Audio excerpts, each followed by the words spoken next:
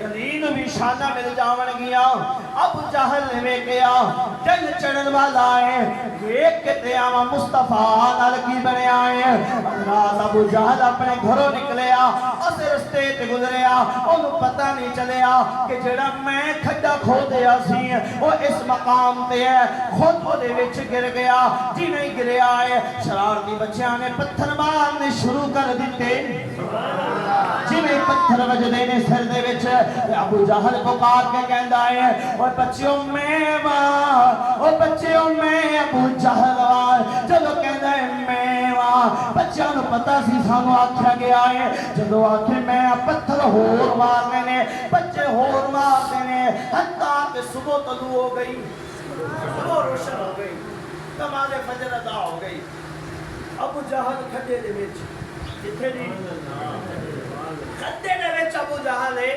صبح ہو گئی دشمن مصطفیٰ بن کے آیا سی تائیوں تے کہندے جڑا غیراں واسطے کنڈے بچھائے تے آپ دے وچ اٹکدا ہے حضرات حضور دے واسطے نے سارا معاملہ کیتا پر خود گریا جدو پتھر بچنا کہنے میں نے بچاؤ جدو نماز فجر پڑھ کے صحابہ کرام آئے نا اور آ کے سارا منظر دیکھیا تے سمجھ گئے کہ اللہ دی شان ویکھو اس رب دی عظمت ویکھو اپنے محبوب کو کس طریقے نال رزق کو گزار کے بچایا عزیزان من بڑیاں کوششاں کتنیاں پر اے بار نہ نکل سکیا کسے نے آکھیا ابو جہل ہن کی کیتا جائے انہیں آکھیا میں نے پتہ ہے کی کیتا جائے کٹے گا اوہی جڑا عبداللہ دا پتر ہے سبحان اللہ کٹے گا بھی اس مشکل تو وہی حضور کو بلایا گیا ہے سے دشمن پر میرے آقا کرم فرما حضور آئے ید اللہ دا ہاتھ بڑھایا فرمایا آجا بات آجا اور حضور نے کٹ کے باہر رکھیا حضرات پتہ ہے چلیا جیڑے مصطفیٰ دشمن واسطے کرم فرمانے اپنے پیارے دے نال کتنا پیار کر دیا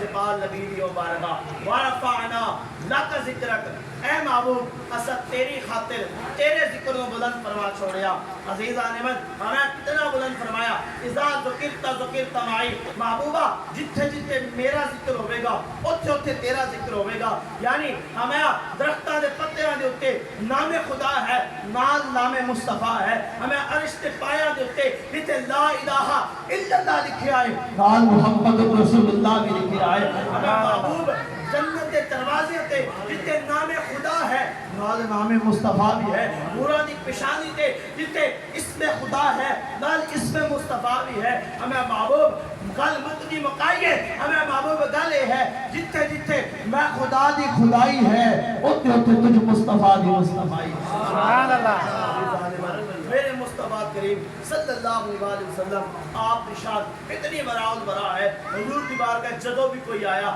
جس نے جدو بھی جس حال چیز ہو گیا حضور نے عطا فرما چھوڑیا آج لوگاں دا عقیدہ بڑھ گیا حضور دے کچھ نہیں سکتے لیکن تیرا گندہ عقیدہ ہوئے گا اگر صحابہ دا عقیدہ دیکھ رہا ہے کہ صحابہ نے جدو بھی جس شہد کی ضرورت پہ یہ در مصطفیٰ تے آئے نے کیونکہ انہوں نے پتہ ہے دین والی ذات رب دی ہے پر رب دیتا صدقے یا رسول اللہ دے